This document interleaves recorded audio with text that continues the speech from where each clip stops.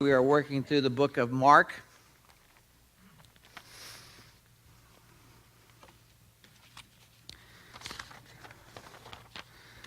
Several years ago, I met a woman I'm going to call Dorothy, who's about 20 years older than me. She's retired, a Christian lady, and she was just so perplexed about something. She said, "Pastor Seth, I am just I just deal with anxiety, and I just can't seem to get over it. I deal with fear. I can't seem to get over it." And so I was asking her about when does this happen the most often, and she was telling me, and she's had several health issues, and whenever she goes in to a test, this is one of those times when it's most prominent to her. She's most aware of this. And she said, "I just can't seem," and she kept using the phrase, I just can't seem to get over it.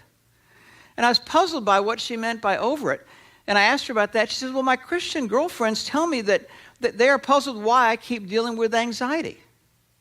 That there's, in their minds, it should be because of the promises of Scripture, it should be a problem that's solved," is sort of the idea that she was picking up from them. And as we began to talk about this, I thought, well, you sound surprised that you deal with anxiety. And she said, "Well, yes, it seems like I should be done with that.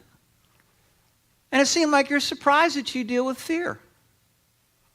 And she says, "Yes, doesn't it seem like I should be done with that as a Christian?"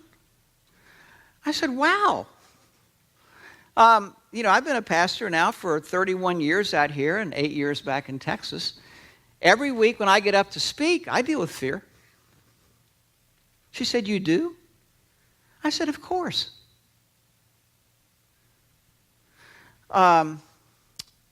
Whenever I have a time talking with somebody like you, before somebody comes in and sit down, I deal with anxiety and fear. She said, "You do?"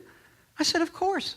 I don't know what I'm going to say, and I don't know what problem I'm going to face, and if I'm going to know what to say. Of course I deal with anxiety and fear." I said, "I have several meetings during the week with groups of people, and before those meetings happen, I usually deal with anxiety and fear." She said, "You do?" I said, "Of course." And you could tell she was greatly puzzled by this. And I said, "Would your friends tell me that this is something I should be over?" And she said, "Well, I think they would."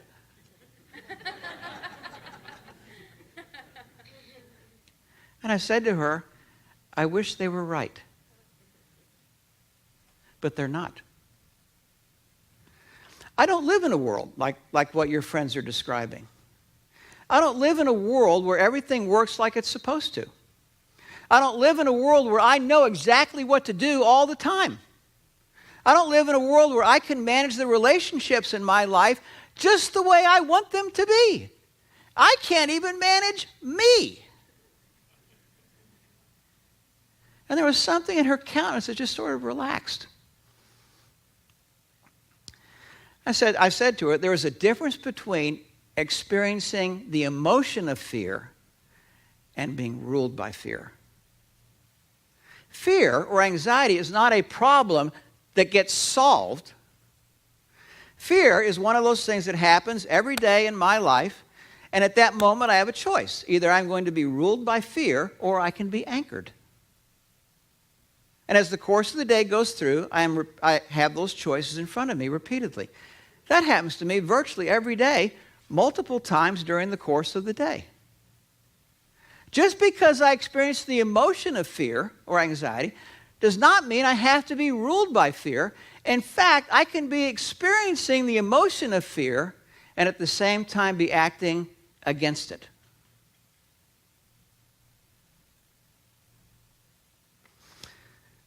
When I think of that story, I think about our story we're going to look at today in the Gospel of Mark.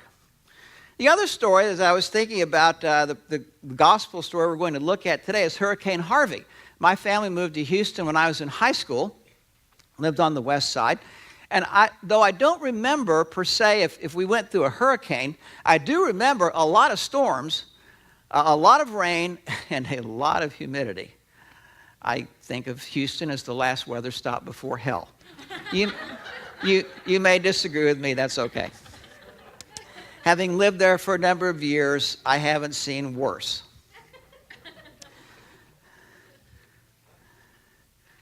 But most of us saw images on TV of Hurricane Harvey and the devastation of the water, the flood, the piles of furniture outside, cars floating down streets, people on roofs, people having to flee. I thought of that story as I thought about our story for today from the Gospel of Mark. It comes from Mark chapter 4, and I'd like to just read the story before we look into it. Mark 4:35. That day when evening came, Jesus said to his disciples, "Let us go over to the other side." They're at the Sea of Galilee. Leaving the crowd behind, they took him along just as he was in the boat. There were also other boats with them, a little flotilla following them over. A furious squall came up, and the waves broke over the boat so that it was nearly swamped. Jesus was in the stern, sleeping on a cushion. I relate to that.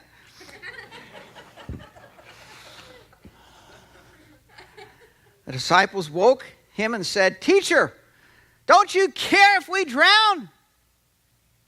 He got up, rebuked the wind, said to the waves, "Quiet, be still." Then the wind died down, and it was completely calm. He said to his disciples, "Why are you so afraid? Do you still have no faith?" They were terrified and asked each other, "Who is this? Even the wind and the waves obey him." About 7 or 8 years ago, Mindy and I got to go to Israel, to the Holy Land for a tour with Larry Crabb. We were there for about 10 days. And one of the things I hoped that I was going to get to do was swim in the Sea of Galilee. And I took my goggles with me. And one morning before the sun came up, we were staying on the western side of the Sea of Galilee. And on the eastern side was a bunch of cliffs. And I got up before sunup, before dawn. And there was just enough sort of orange glimmer coming from behind the hills that you could see the sea. And so I went down there with my goggles in hand and waded into the Sea of Galilee. Of course, not telling anybody that I was going to do this, not telling Mindy nor anybody in the tour. Big surprise. So I got my goggles on. I swam about half a mile out into the Sea of Galilee, about 20-minute swim or so. It's nice and easy. And just sort of dog paddled when I got out there and just in 360, just looking around the wonder of the Sea of Galilee and just thinking, wow, Jesus had been here 3.5 years, and this was kind of home base for much of that. And about that time, I think I remembered that I had not told anybody what I was doing. Would they ever find the body if something happened? I then wondered what kind of fish might be also in the Sea of Galilee for the first time and thought it might be good if I swam back. So I swam back about 20 minutes, about half a mile or so, back into the shore. And about that time, the sun came up over the hills on the east. It's an amazing thing. And that's where Jesus is here in this particular part. Verse 35, that day when evening came, he said to his disciples, "Let's go over to the other side." Now, the context of this is he had been involved in ministry, but already crowds were around him all the time, almost 24/7, who were people in desperate need. There were people that were kids who were demon-possessed and incorrigible, and what can be done about them? And parents were bringing their kids to him. And there were some adults who were demon-possessed, and life just had them by the throat. And what can be done?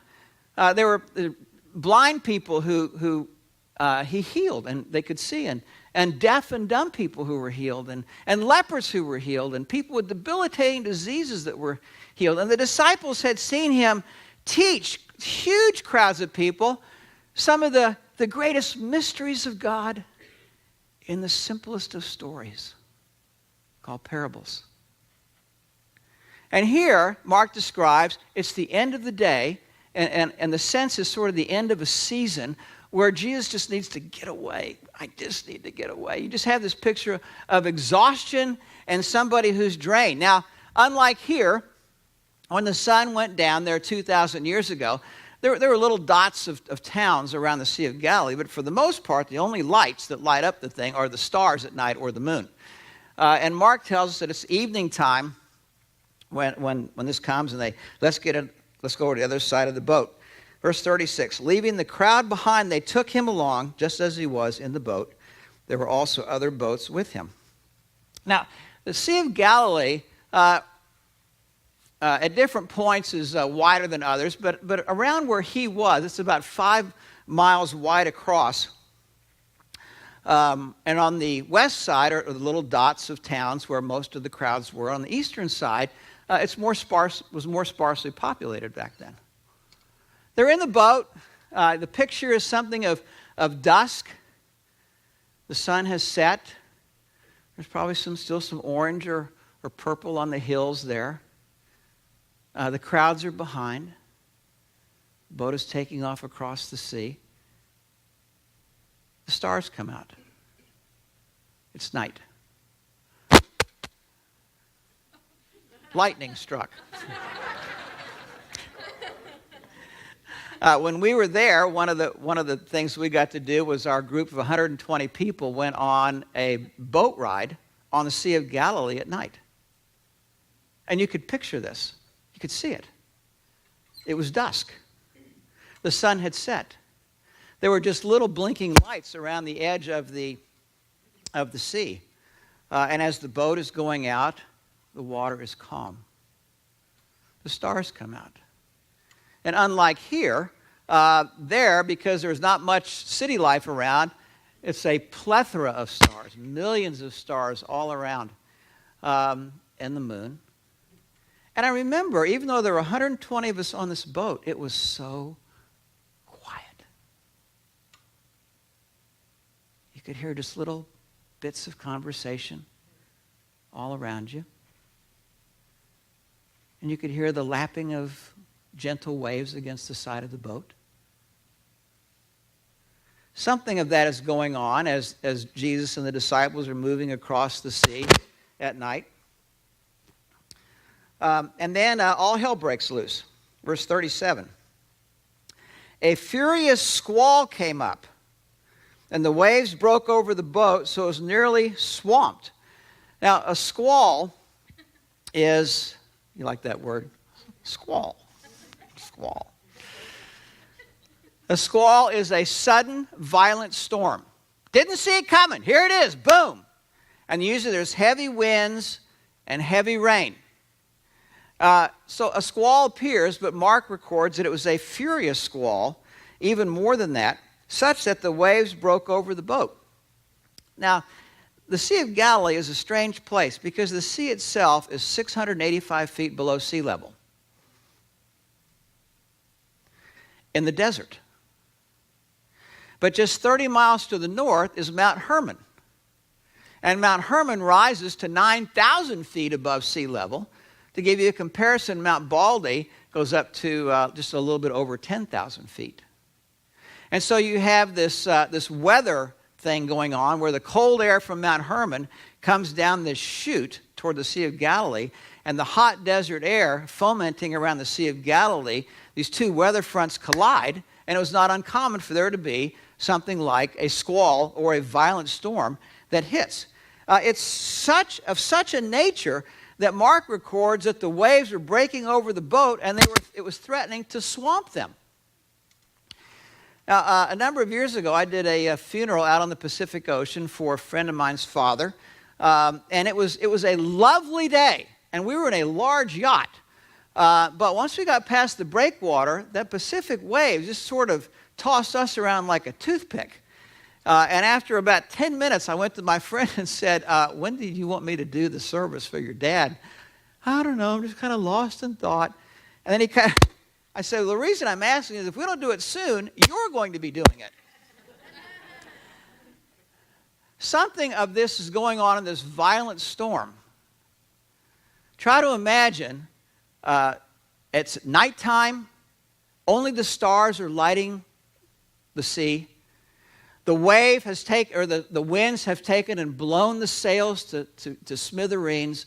The boat is at the mercy of the wind and the waves, and the waves are such that they take that little boat like a toothpick, and they throw it up into the air where the bow is at the top of the wave, and then suddenly on the backside of that wave goes down like a roller coaster, shoots down in the waves, up and down, the rain falling, the waves howling, or the wind howling, and the water gushing into the boat every time they get low.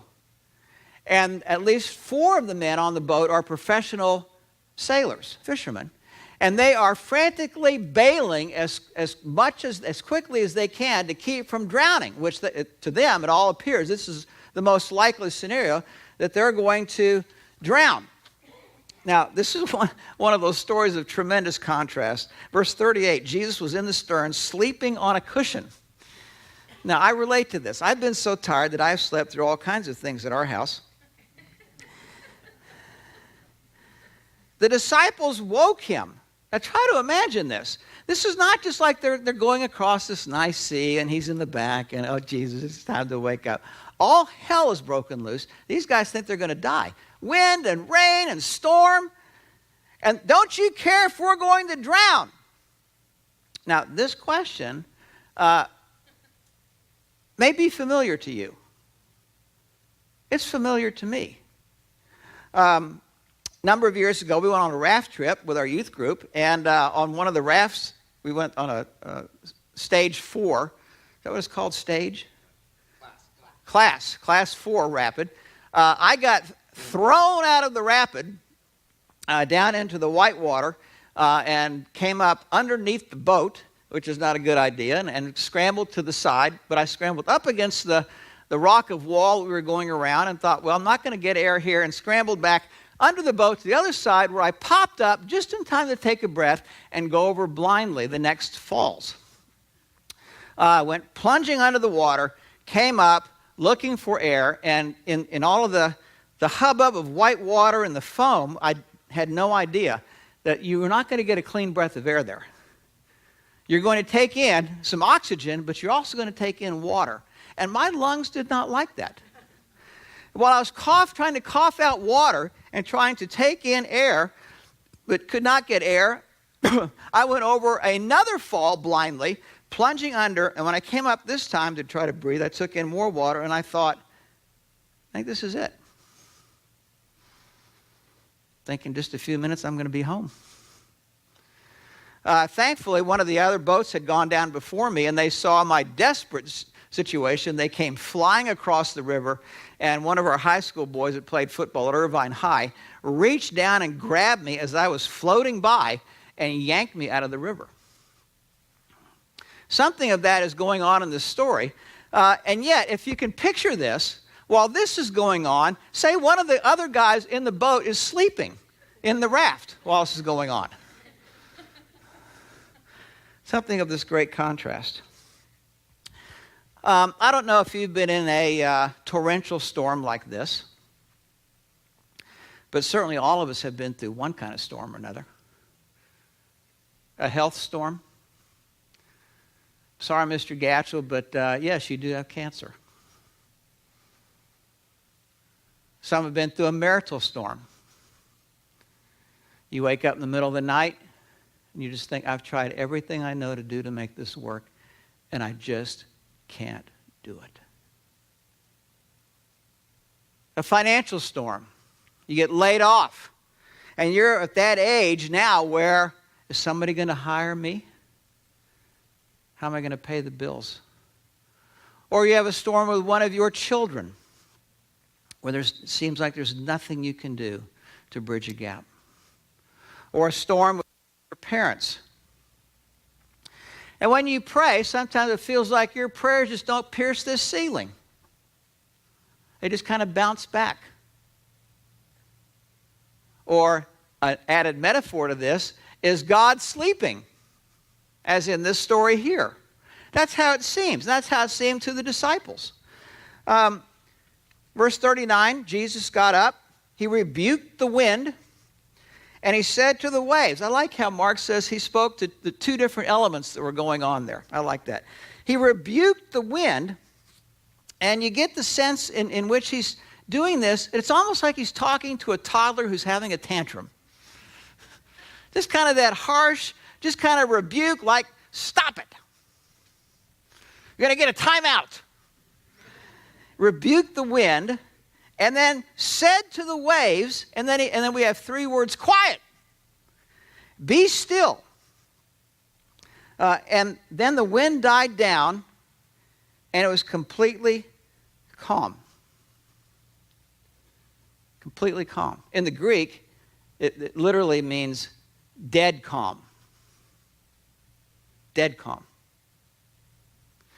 When I was in college, before I became a Christian, the 40 of us that were in the same fraternity of drunks would take our retreat every spring, and one of the guys had a ski boat. And it was always amazing to me that on Saturday morning, there were 5 or 6 guys that managed to get up from their drunken stupor the night before at 6 a.m. and overcome the hangover that we all had to get out on the ski boat. And I remember thinking, why would you do that? And the answer was always the same. They wanted to ski before anybody else got on the water. It was just like skiing on glass. That's the picture here that Mark describes of what happened. And this all happens without any Jesus theatrics or showboating or dramatization. Just some simple words. And the effect of the words is something like not just that Jesus has power, but somehow it's more than that he is power, is the effect on the disciples. And then verse 40, we have several twists in the story to come. He said to his disciples, why are you so afraid? If I had been there, I said, well, let me give you a couple reasons why I'm afraid. Some of these guys on the boat can't swim. And though I can swim, it's about 2 miles back to shore as I count it, and I don't know if I can swim 2 miles at night. And it looked like we were all going to drown. But before I could answer that first question, why are you so afraid? He asked a second question, do you still have no faith? Which you suddenly realize these are 2 rhetorical questions that you're really not supposed to answer. Or that the answer that you're thinking of is not the correct answer. What's striking to me is he doesn't do what we would expect him to do.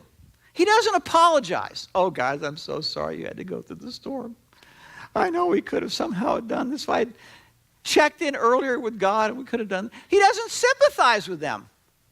I know you guys were so afraid of this. And it's really rough, but you made it through, and it's good for you.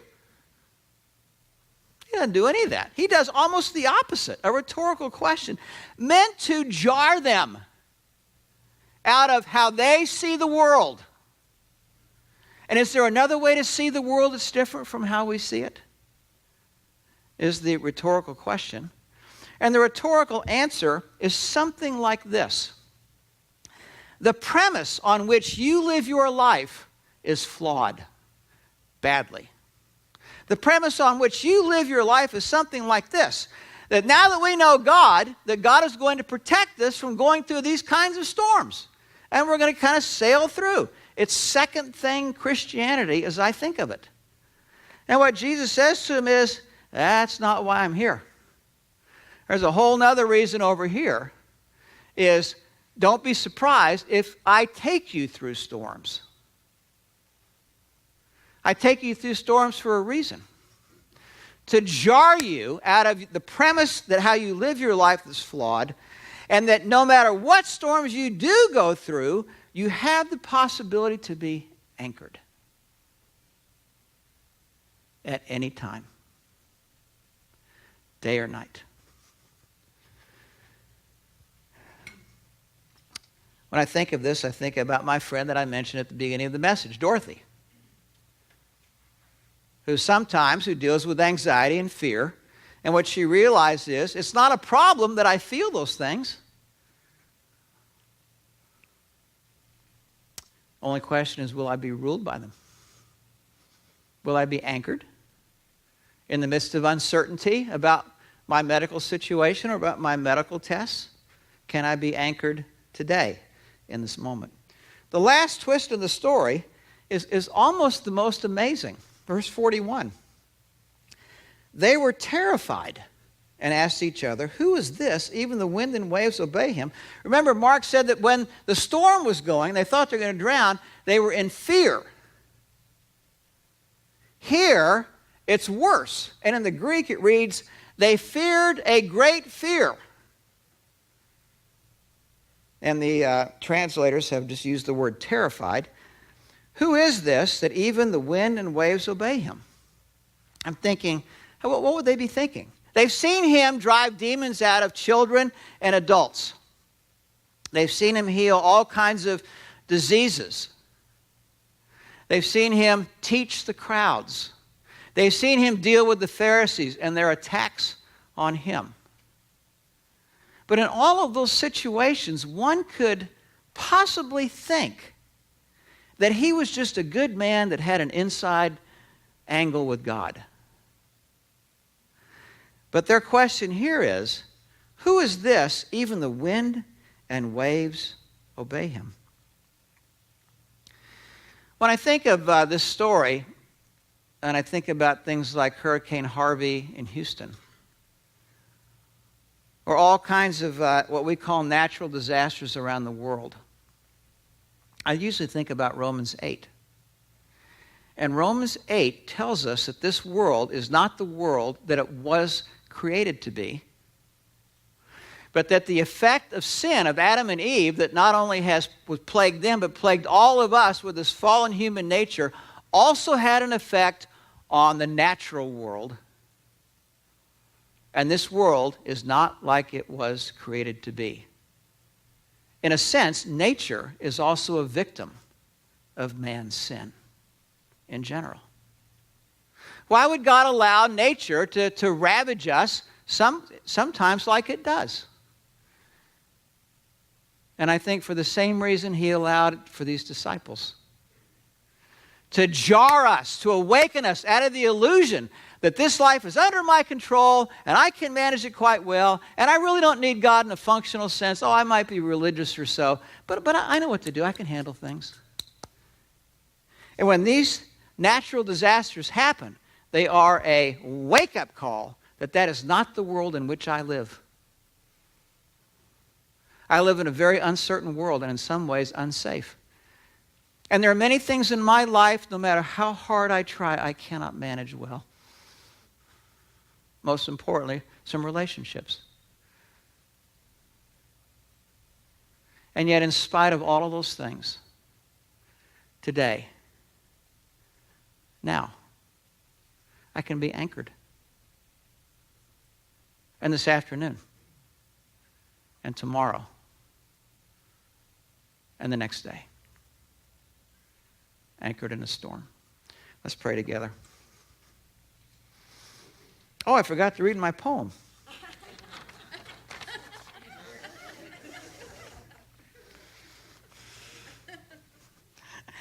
This story prompted me to write this poem called Lighthouse.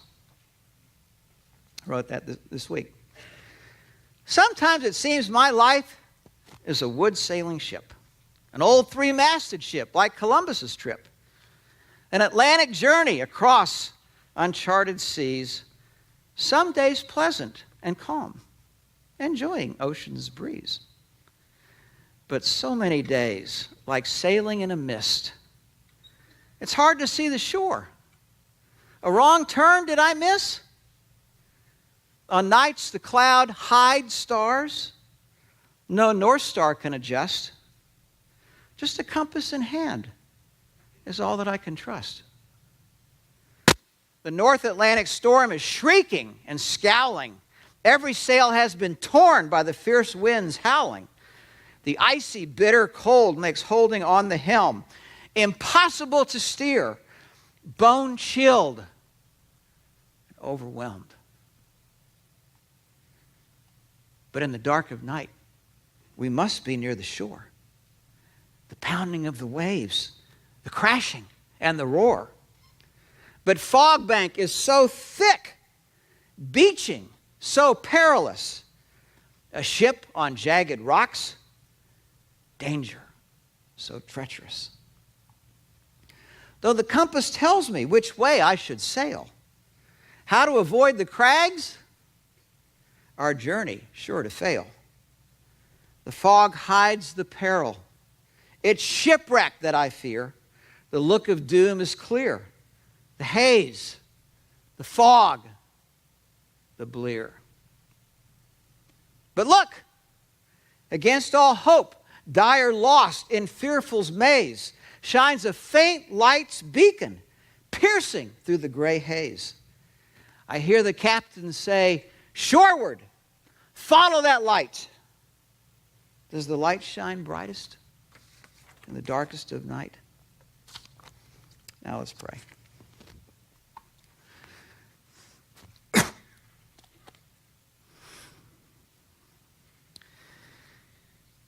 Father, somehow as your people we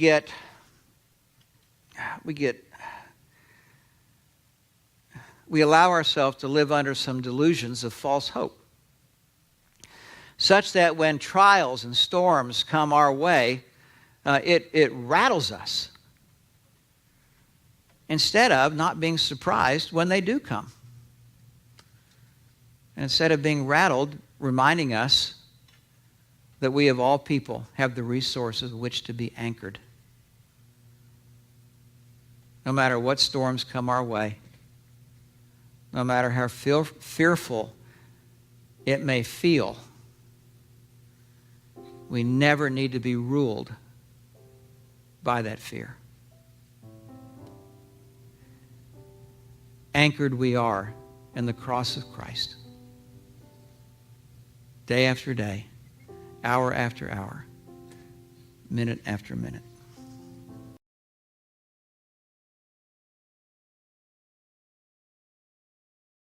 We at Pacific Church of Irvine invite you to join us every Sunday at 9:30.